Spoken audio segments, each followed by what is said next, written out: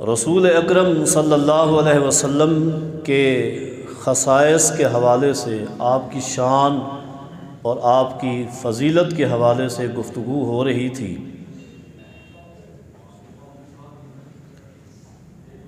آپ کے وہ خصائص، آپ کی وہ شان جو اللہ تبارک و تعالی نے صرف اور صرف آپ ہی کو عطا کی ہے، آپ کے علاوہ اللہ تبارک و تعالی نے اپنے کسی اور نبی کو وہ شان عطا نہیں کی۔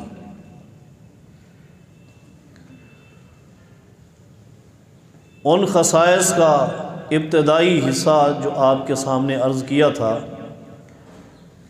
کہ دنیا میں جتنے بھی انبیاء آئے ہیں علیہم السلام، تمام انبیاء کرام علیہم السلام سے انفرادی طور پر کچھ خاصیات، کچھ فضائل اللہ رب کریم نے جناب محمد الرسول اللہ صلی اللہ علیہ وسلم کو عطا کیے ہیں۔ ان کا بیان آپ نے سن لیا۔ آج آپ کے سامنے نبی علیہ الصلوۃ والسلام کے وہ خصائص رکھتے ہیں جو آخرت کے حوالے سے ہیں۔ دنیا کے بعد چونکہ آخرت ہے، آخرت میں اللہ رب کریم نے اپنے تمام انبیاء علیہ السلام کو اعزاز عطا کیے ہیں، کچھ مقام دیے ہیں، کچھ شان دی ہے اللہ نے۔ اسی طرح جناب محمد الرسول اللہ صلی اللہ علیہ وسلم کو بھی اللہ رب کریم آخرت میں شان اور مقام عطا فرمائے گا۔ آخرت میں نبی علیہ الصلوۃ والسلام کو جو شان اور جو مرتبہ اللہ رب کریم نے عطا کرنا ہے، وہ بقیہ انبیاء سے منفرد ہے۔ وہ حیثیت اور وہ شان بھی نبی علیہ الصلوۃ والسلام کو حاصل ہے جو اللہ رب کریم اپنے باقی تمام نبیوں کو عطا کرے گا۔ اس سے ہٹ کر، اس سے اعلیٰ اور افضل ایسے مقامات بھی ہیں آخرت کے حوالے سے جو صرف اور صرف اللہ رب کریم ایک ہستی کو عطا کرے گا، اور وہ ہیں محمد الرسول اللہ صلی اللہ علیہ وسلم۔ اس حوالے سے ایک پہلا نقطہ ہے کہ اللہ رب کریم نے جناب محمد الرسول اللہ صلی اللہ علیہ وسلم کو آخرت میں ایک مقام عطا فرمانا ہے۔ اس کا نام ہے الوسیلہ اور الفضیلہ۔ وسیلہ بھی اس کو کہتے ہیں اور فضیلہ بھی اسی کو کہتے ہیں۔ یہ جو آپ کا مقام ہے، یہ جنت میں ایک جگہ کا نام ہے۔ اللہ رب کریم نے جنت میں ایک مقام تیار کیا ہے جس کا نام الوسیلہ اور الفضیلہ ہے۔ رسول اکرم صلی اللہ علیہ وسلم فرماتے ہیں، لوگو اذا سمعتم المؤذن فقولوا مثل ما یقول، جب مؤذن کی اذان سنو تو جس طرح مؤذن اذان کے کلمات ادا کر رہا ہے، تم بھی اسی طرح وہ کلمات اس کے ساتھ ساتھ ادا کرو۔ سوائے حی علی الطین، حدیثی الفاظ ہیں حی علی الصلاۃ اور حی علی الفلاح۔ یہ جو جملے مؤذن جب کہے گا تو آپ نے یہ جملے اسی طرح نہیں دہرانے، بلکہ ان کی جگہ لا حول ولا قوت الا باللہ۔ باقی کلمات اذان کے اسی طرح ہے۔ اگر اذان فجر ہے، اس میں الصلاۃ خیر من النوم ہے، تو وہ بھی مؤذن الصلاۃ خیر من النوم کہے گا، آپ نے بھی سن کر اسی طرح الصلاۃ خیر من النوم کہنا۔ اذان کے جتنے کلمات ہیں مؤذن کے ساتھ اسی طرح ادا کرنے ہیں، سوائے حی علی الصلاۃ اور حی علی الفلاح کے۔ تو فرمایا جب مؤذن کی اذان سنو تو اس کے ساتھ یوں جواب دو اور جب مؤذن اذان ختم کر لے ثم صلوا علیہ، نبی علیہ الصلوۃ والسلام فرماتے ہیں پھر میرے اوپر درود بھیجو، پھر میرے اوپر درود بھیجو۔ کون سا؟ اللہم صلی علی محمد وعلی آل محمد کما صلیت علی ابراہیم وعلی آل ابراہیم انک حمید مجید، اللہم بارک علی محمد وعلی آل محمد کما بارکت علی ابراہیم وعلی آل ابراہیم انک حمید مجید۔ یہ درود میرے اوپر بھیجو۔ فائدہ کیا ہوگا؟ فرمایا میرے لیے تم دعا کرو گے اللہ تمہارے درجات بلند کرے گا۔ من صلی علیہ واحدتاً صلی اللہ علیہ عشرہ، تم میری ذات پر ایک مرتبہ یہ درود پڑھو گے اللہ تمہارے اوپر 10 مرتبہ درود پڑھے گا اور بھیجے گا۔ کتنا بڑا اعزاز ہے، کتنی بڑی شان ہے محمد الرسول اللہ صلی اللہ علیہ وسلم کی، کہ اگر دنیا کا کوئی عام سا حقیر سا مجھ جیسا انسان اللہ کے پیغمبر پر درود پڑھتا ہے تو اللہ اتنا خوش ہوتا ہے کہ اس ہستی پر درود بھیجا ہے، میں خود اس بندے پر 10 مرتبہ درود بھیجتا ہوں۔ یہ 10 مرتبہ اللہ کیوں درود بھیجتا ہے؟ یہ شان ہے محمد الرسول اللہ کی۔ آپ نے اس ہستی کے ساتھ محبت کی ہے، اللہ 10 مرتبہ درود بھیجتا ہے۔ اور اللہ کا درود بھیجنا کیا ہے؟ اللہ رحمتیں نازل کرتا ہے۔ ہم تو دعا کرتے نا اللہ رحمت نازل کر، ہم تو اتنا کہہ سکتے ہیں، رحمت بھیج تو نہیں سکتے ہم۔ اللہ نے کسی سے دعا نہیں کرنی، اللہ تو رحمت کی بارش کر دیتا ہے۔ فرمایا ایک مرتبہ درود پڑھو اذان کے بعد، اور پھر کیا کرو؟ ثم صلوا لی الوسیلہ، پھر میرے لیے وسیلے کی دعا کرو، میرے لیے اللہ سے وسیلے کی دعا کرو۔ کون سی دعا ہے؟ ایک اور حدیث میں بتایا وہ دعا کون سی ہے؟ فرمایا اذا سمعتم المؤذن فقولوا اللہم رب هذه الدعوة التامة والصلاة القائمة آت محمدا الوسیلة والفضیلة وابعثه مقاما محمودا الذی وعدتہ۔ میرے پیغمبر کے لیے یہ دعا کرو، اور اس دعا میں کیا ہے؟ آتی، اے اللہ تو دے، تو عطا کر، محمدن صلی اللہ علیہ وسلم، اپنے پیغمبر محمد صلی اللہ علیہ وسلم کو کیا دے؟ الوسیلۃ والفضیلہ، اے اللہ اپنے پیغمبر کو وسیلہ بھی عطا فرما، فضیلہ بھی عطا فرما۔ فرمایا میرے لیے وسیلہ اور فضیلہ اللہ سے مانگو، اللہ سے میرے لیے وسیلہ اور فضیلہ مانگو۔ تمہیں کیا فائدہ ہوگا؟ تمہیں کیا فائدہ ہوگا؟ فرمایا من سال لی الوسیلۃ حلت لہ شفاعتی یوم القیامہ، جس نے مؤذن کی اذان سن کر یہ دعا پڑھی اور میرے لیے اللہ سے وسیلہ و فضیلہ کا جنت میں مقام مانگا، اللہ میرے اوپر فرض کر دیتا ہے، ضروری اور واجب کر دیتا ہے کہ قیامت کے میدان میں جب وہ بندہ آئے میں اس کو تلاش کر کے اللہ کے پاس لے جاؤں اور اللہ کے سامنے اس کی سفارش کروں۔ جو یہ دعا پڑھے گا اس کی سفارش اللہ کے پیغمبر نے کرنی ہے، اس کی سفارش کرنی ہے۔ اب یہ حدیث کیا کہتی ہے؟ فرمایا ثم صلوا لی الوسیلہ، میرے لیے اللہ سے دعا کرو وسیلہ کی، فإنہا منزلۃ فی الجنت، یہ جنت کے اندر ایک اعلیٰ ترین مقام ہے جس کا نام اللہ نے وسیلہ رکھا ہے۔ یہ جنت میں ایک اعلیٰ ترین مقام ہے جس کا نام اللہ نے وسیلہ رکھا ہے۔ کتنا اعلیٰ ہے، کتنا اعلیٰ ہے۔ ایک حدیث میں نبی علیہ السلام یوں فرماتے ہیں ان اللہ رفعنی یوم القیامت علی الوسیلہ وہو منزلۃ تحت العرش، یہ وسیلہ جنت میں اتنا اونچا مرتبہ ہے، اتنا اعلیٰ محل ہے، اتنا اونچا ہے کہ اس سے اوپر اور کچھ نہیں، اللہ نے اپنا عرش رکھا ہے اور اللہ موجود ہے۔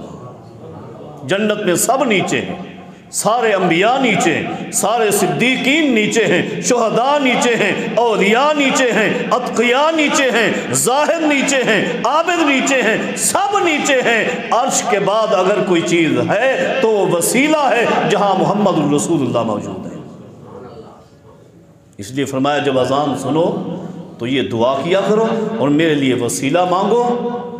لوگوں، یہ جنت میں ایک اعلیٰ مقام ہے، اور اللہ رب کریم نے اپنی پوری خلائق میں سے، اپنی پوری مخلوق میں سے صرف ایک ہستی کو یہ مقام اللہ نے دینا ہے، وَأَرْجُو أَنْ أَكُونَ آنا ہوگا، اور مجھے اللہ پر امید ہے یہ مقام اللہ مجھے عطا کرے گا۔ اس لیے کہ دنیا میں کوئی اور ہستی ایسی اللہ نے پیدا ہی نہیں کی جو مجھ سے بڑھ کر ہو۔ یہ مقام اللہ نے مجھے عطا کرنا ہے۔ کون سا؟ الوسیلہ اور الفضیلہ۔ اب جنت میں تمام انبیاء جائیں گے، تمام انبیاء کو اللہ اعلیٰ اعلیٰ ٹھکانے دے گا، اعلیٰ اعلیٰ درجات دے گا، لیکن سب سے اعلیٰ درجہ اگر جنت میں بھی کسی کو ملے گا تو کائنات کے امام میرے اور آپ کے ہادی محمد الرسول اللہ ہیں صلی اللہ علیہ وسلم۔ تو نبی علیہ الصلوۃ والسلام کے آخرت کے جو خصائص ہیں، اخروی خصائص، ان میں سے ایک خاصیت پہلی یہ ہے الوسیلہ اور الفضیلہ۔ اسی لیے کوشش کیا کریں جب مؤذن کی اذان سنیں، اذان کے ساتھ ساتھ جواب دیں، جواب دینے کے بعد جب اذان ختم ہو اللہ کے پیارے رسول صلی اللہ علیہ وسلم پر درود پڑھیں اور ساتھ یہ دعا پڑھیں اللہم رب ھذہ الدعوۃ التامہ، یہ پوری دعا پڑھیں تاکہ قیامت کے دن ہم بھی ان خوش نصیبوں میں ہوں جن کی سفارش اللہ کے سامنے محمد الرسول اللہ کریں۔ یہ ایک مقام۔ آخرت میں ایک دوسرا مقام جناب رسول اللہ صلی اللہ علیہ وسلم کو اللہ رب کریم نے عطا کرنا ہے، اور وہ مقام کون سا ہے؟ فرمایا وہ ہے مقام محمود۔ وہ ہے مقام محمود۔ آپ اس لفظ سے بھی اندازہ لگا لیں، مقام آپ جانتے ہیں، مقام کس کو کہتے ہیں؟ درجہ، شان، بلند مقام۔ اور آگے کیا ہے؟ محمود۔ محمود کہتے ہیں جس کی تعریف کی جائے، سب جس کی تعریف کرتے ہوں وہ کیا ہوتا ہے؟ محمود۔ یہ مقام محمود ہے، اللہ عطا کرے گا کس کو؟ اپنے پیارے پیغمبر محمد الرسول اللہ صلی اللہ علیہ وسلم کو۔ اگر یوں سمجھ نہیں آتا تو یوں سمجھاؤں، یہ وہ مقام محمود ہے جس کی تعریف یحمدہ الخالق و یحمدہ المخلوق، جس مقام کی تعریف اللہ بھی کرتا ہے، اور اس مقام پر جب محمد مصطفیٰ کو پوری کائنات کے لوگ دیکھیں گے، آدم تک قیامت تک آنے والے سب انبیاء و اتقیاء، شہداء و صالحین، سب اس مقام پر جب محمد الرسول اللہ کو دیکھیں گے سارے تعریف کریں گے اکیلے محمد مصطفیٰ کی۔ یہ وہ مقام محمود ہے جس مقام کی اللہ بھی تعریف کرتا ہے اور پوری اللہ کی مخلوق بھی تعریف کرتی ہے۔ یہ اتنی تعریف والا مقام اللہ نے عطا کیا ہے قیامت میں، آخرت میں، کس کو؟ محمد الرسول اللہ کو صلی اللہ علیہ وسلم۔ وَمِنَ اللَّيْلِ، اللہ کیا فرماتا ہے؟ یہ اللہ کی تعریف کرنا ہے، اللہ تعریف کر رہا ہے اس مقام کی۔ وَمِنَ اللَّيْلِ فَتَہَجَّدْ بِهِ نَافِلَةً لَكَ عَسَىٰ أَن يَبْعَثَكَ رَبُّكَ مَقَامًا مَحْمُودًا۔ اے میرے پیارے، اے محمد صلی اللہ علیہ وسلم، وَمِنَ اللَّيْلِ فَتَہَجَّدْ بِهِ، جب رات ہو جائے، لوگ سو جائیں اور تو کھڑا ہو کے تہجد پڑھا کر۔ فَتَہَجَّدْ بِهِ نافلۃ لک، یہ تیری شان میں اضافہ ہے، تیری عبادت میں اضافہ ہے۔ عسیٰ ان یبعثک ربک مقاما محمودا، وقت قریب ہے، آنے والا ہے کہ اللہ تجھے مقام محمود پہ کھڑا کرے گا۔ تو تہجد پڑھتا رہے، اللہ تجھے مقام محمود عطا کرے گا۔ مقام محمود کے بارے علماء کرام کی کئی ایک آراء ہیں، بہترین رائے جسے علامہ ابن بطال نے بھی لکھا ہے، امام ابن حجر عسقلانی رحمہ اللہ نے، امام ابن جریر طبری نے امام ابن کثیر رحمہ اللہ نے، کئی ایک محدثین نے، مفسرین نے، شارحین نے جس بات کر اتفاق کیا ہے کہ مقام محمود اصل میں یہ شفاعت عظمیٰ ہے۔ یہ کیا ہے؟ شفاعت عظمیٰ ہے۔ یہ وہ مقام ہے جس کے بارے اللہ کے رسول فرماتے ہیں صلی اللہ علیہ وسلم کہ قیامت کے دن جب لوگ میدان محشر میں جمع ہوں گے اور اللہ رب کریم شدید غصے میں ہوں گے، سورج 1 میل کے فاصلے پر ہوگا اور ہر شخص کا پسینہ 70 ہاتھ دور دور تک پھیلا ہوا اور منہ کے راستے سے اندر داخل ہو رہا ہوگا۔ بڑی گرمی ہوگی اور اس پسینے کے اندر اتنا شدت ہوگی کہ لوگ اس پسینے سے تنگ ہو کر دعا کریں گے اپنے لیے، رب ارہنی ولو الی النار، اے اللہ اس پسینے سے نجات دے دے، ہمیں جہنم میں پھینک دے۔ اتنا سخت پسینہ ہوگا۔ اس پریشانی کی عالم میں اللہ رب کریم غصے کی حالت میں اور کسی کا کوئی حساب نہیں لے رہے، کوئی حساب نہیں ہو رہا، خاموشی طاری۔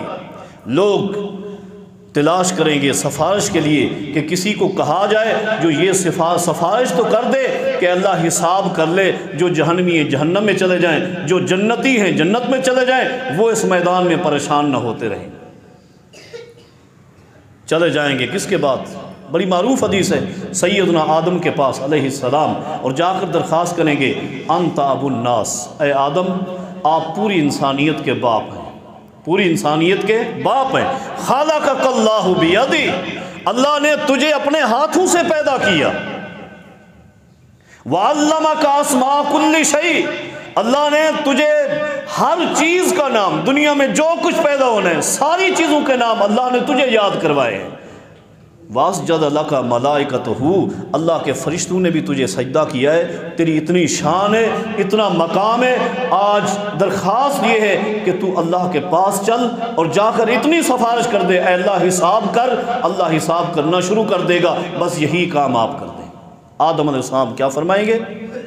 یہ ساری چیزیں ہیں، لیکن اللہ رب کریم نے مجھے جنت میں ایک درخت سے منع کیا تھا، میں نے اس کو چکھ لیا تھا، ان ربنا غاضب اليوم غضبا لم يغضب قبله مثله ولن يغضب بعده مثله۔ لوگو سنو، آج اللہ اتنا غصے میں ہے کہ آج سے پہلے بھی کبھی اللہ کو اتنا غصہ نہیں آیا اور آج کے بعد کبھی اللہ کو اتنا غصہ نہیں آئے گا جتنا غصہ آج اللہ کو آیا ہوا ہے۔ اس لیے میری وہ غلطی میرے سامنے ہے، میں اللہ کے سامنے نہیں جاتا، نفسی نفسی نفسی، اے اللہ مجھے بچا لے۔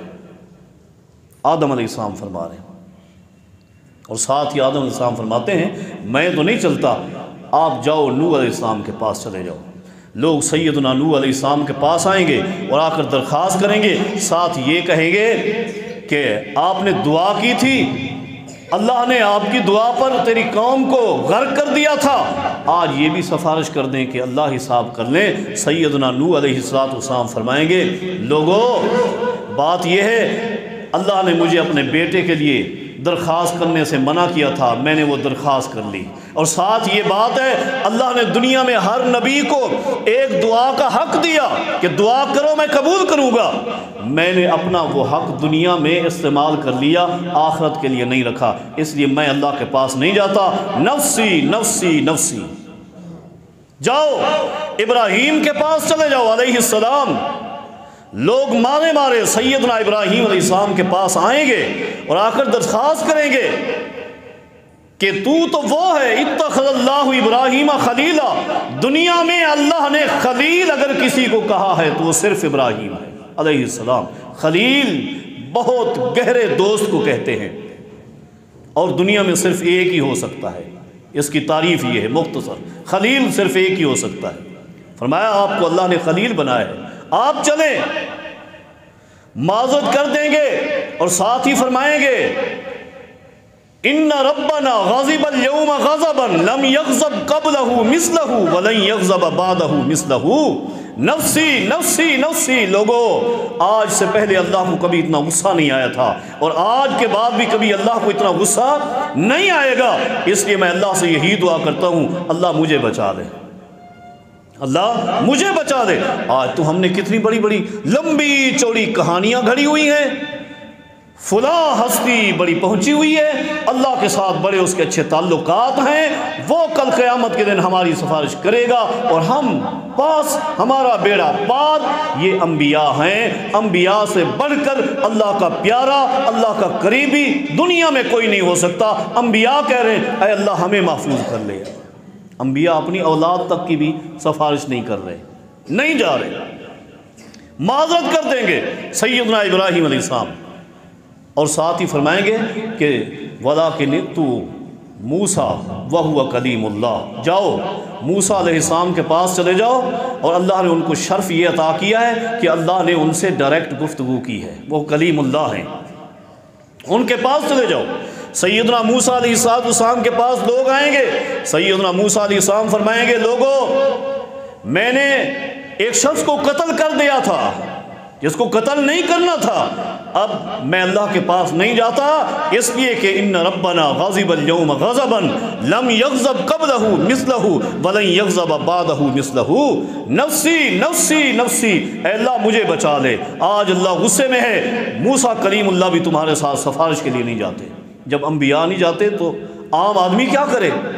عام آدمی کیا کرے؟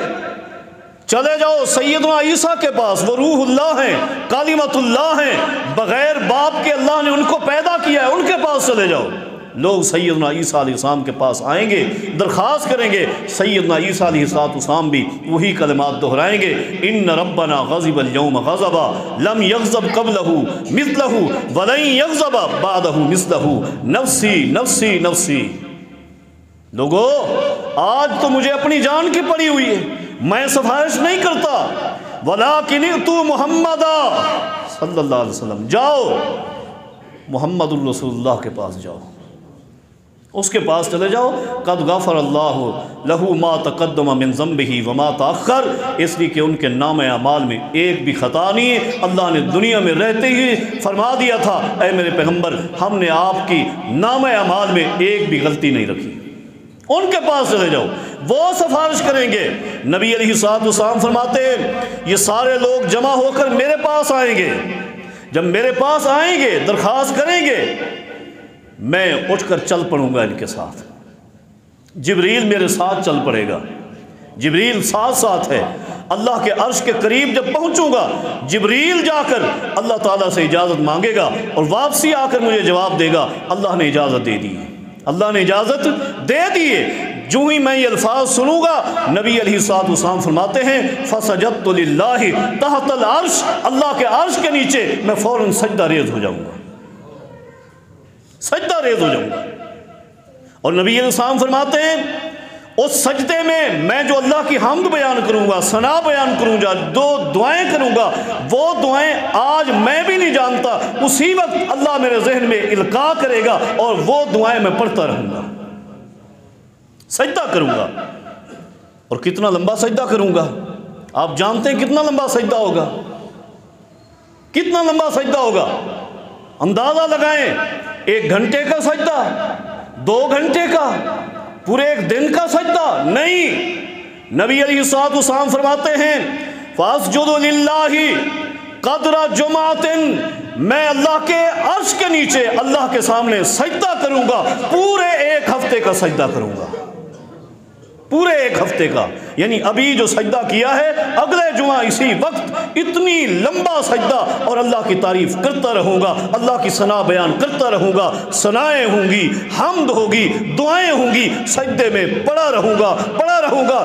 1 ہفتہ گزرنے کے بعد، اتنا لمبا سجدہ کرنے کے بعد میں اپنی مرضی سے تب بھی نہیں اٹھوں گا، اللہ کی طرف سے آواز آئے گی ارفع راسک یا محمد، اے محمد صلی اللہ علیہ وسلم اپنا سر اوپر اٹھائیے، وشفا تشفا وسل توتا، اے میرے پیغمبر سر اوپر اٹھاؤ، سفارش کرو، آپ کی سفارش کو مانا جائے گا، آپ مانگو میں عطا کروں گا۔